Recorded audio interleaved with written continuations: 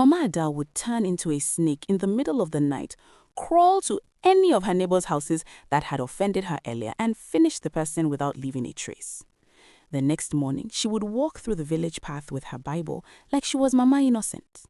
Any man she caught talking to her daughter, wouldn't last that night.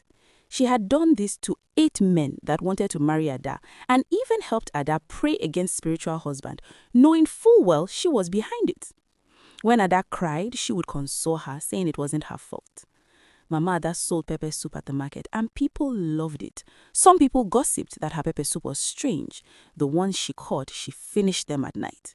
No one knew where she got her meat from, but by morning Ada couldn't believe her eyes when she saw the fresh human meat stored inside the old freezer her mother told her not to open. She covered her mouth in disbelief, shaking. She wanted to scream but didn't because it would only make matters worse. She immediately left the place and went back to her hut, gasping for air as if there wasn't any in the hut.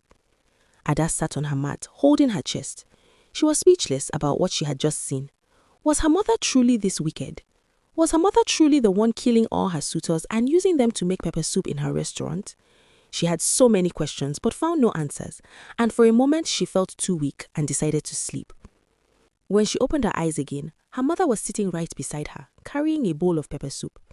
She asked how Ada was doing and gave her. Ada woke up to find herself tied to the old wooden chair inside her hut.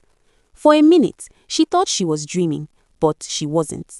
She tried screaming for help, but remembered it would only make matters worse. The rope was tied tightly at her back, and no matter how hard she tried, it refused to loosen. Ada soon began to cry. All she could remember was when she ate the pepper soup her mother persuaded her to eat. At that point, she realized that her mother had found out she saw the human meat inside the old freezer she had told her not to open. She immediately began to panic when she realized it.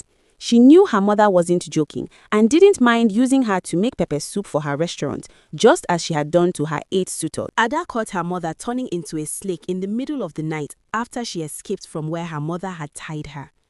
Ada froze immediately when she saw her. She felt her soul leave her body. It was the first time she was seeing such a thing. She quickly held her breath and hid behind the hut. After the snake crawled away, Ada immediately took off like never before. She ran so fast that she could not feel her feet.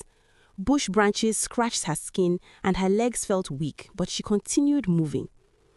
After what felt like hours, Ada reached a small village.